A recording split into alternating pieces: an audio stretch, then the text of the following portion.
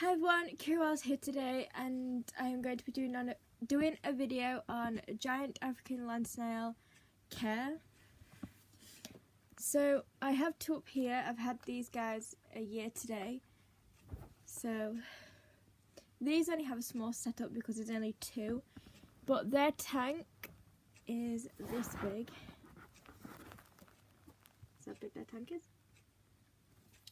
I got this tank from the local pet shop. It cost me £10, and you can get like an ordinary tank, geotank, the tall ones from Wilko's, cheaper than that, but I don't like tanks with height just in case you fall. So let's take the lid off. So you can use whatever tank size you want. It depends on the amount of snails you have. So I have a tank with 12 in, and it's like, I get the camera like this, or maybe like that. And then I also have a same tank like that with 4 snails in, which used to have 6, but I lost 2. So yeah, it all depends on, well, it's up to you what you want for your snails. Whatever you feel comfortable with, the space you have, it's up to you. If you want to go for a bigger one and then add snails as you go, it's completely up to you. So with this tank, it has all these vents in the lid, and it also has 2 strip vents. Let's just pick it up again at the sides. So, and snails, a heat mat is optional. So you can have one if you want. If your room is warm, then you can just use your room warmth. Or if you want a heat mat, get a heat mat. My heat mat is 20 watt and I got it from Amazon. I think they're meant to be up to 25 snails live at, but 20 is fine. Or you don't have to have a heat mat at all. So, and I think you can get them that stick on the side. I don't know, but mine I just left these off again. Oh my god. My heat mat is quite dirty because it's near a rat cage and it's really dusty. It does actually need a clean, but that's how big it is. And I just rest them on a box. So the heat mat's on top of a box. On top of that. Okay, so that's completely up to you what you want. Now for the substrate, I've got cocoa fibre, which you can get blocks either in a shop. I think you get them in a big Wilko's or a pet shop, but I got mine off Amazon because you can get like a pack. So I use cocoa fibre. It works really well for me. You can use like soil, but as long as if it's like no chemicals or anything in it. I don't remember what soil. I have used soil, but I can't remember the brand of it. It was okay, but I prefer cocoa fibre. My my rabbit is trying to get out of the cage. Lily, move your head.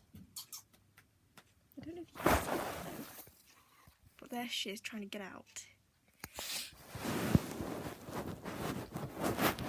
Okay, so, and then you just keep it nice and damp for them, not too dry, not too wet, and you can just use a squirty bottle, but I don't squirt the soil. I just like get a jug of water and jug it that way because it wets it better. And then I use a squirty bottle to squirt my snails and around the tank and on the lid. If you think they're getting dry, then squirt them. Like with a heat mat, they will dry out quicker. So I used to squirt mine at least 3 times a day. But these are proper nice and moist. So, but if your snail gets dry or anything, just wet it. Now, with your snails, you can give them a bath. I don't think these guys have actually had a bath, but my other ones have. You can put them in a bowl or a sink with a bit of water at the bottom, or you can get one and run them under the tap very lightly. I have done mine with warm water, so long as it's not too hot, and that's fine. I think they're trying to come out, but these guys are quite lazy. So you can do that.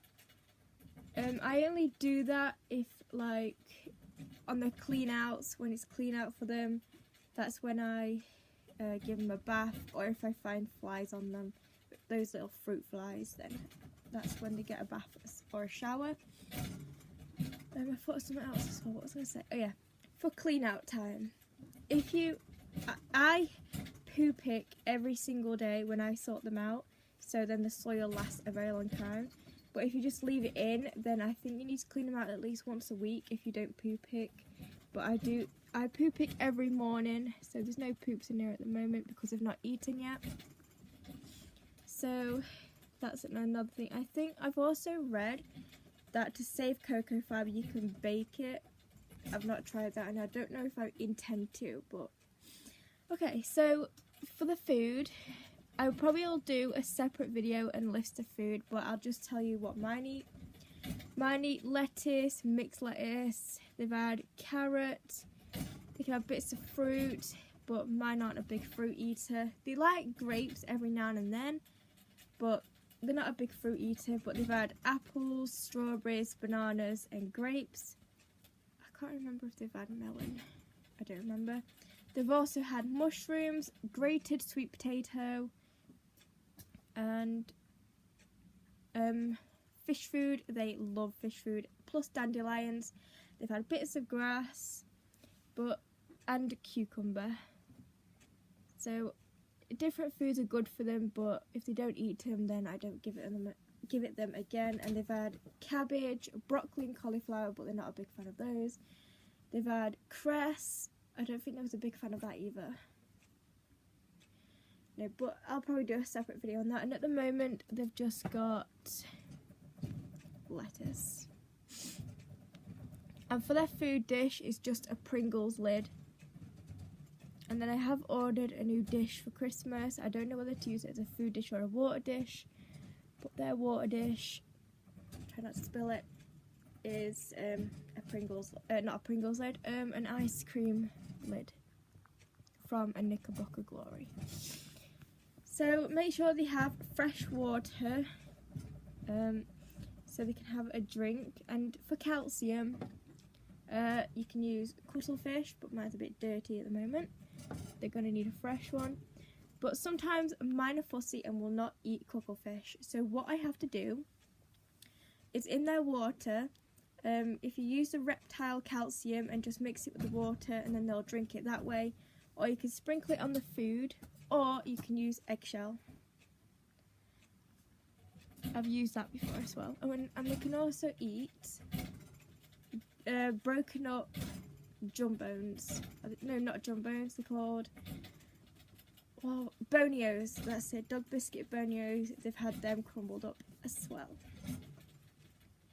Right. So what else? And if you want to hold them, make sure your hand is wet, otherwise your hand will burn them.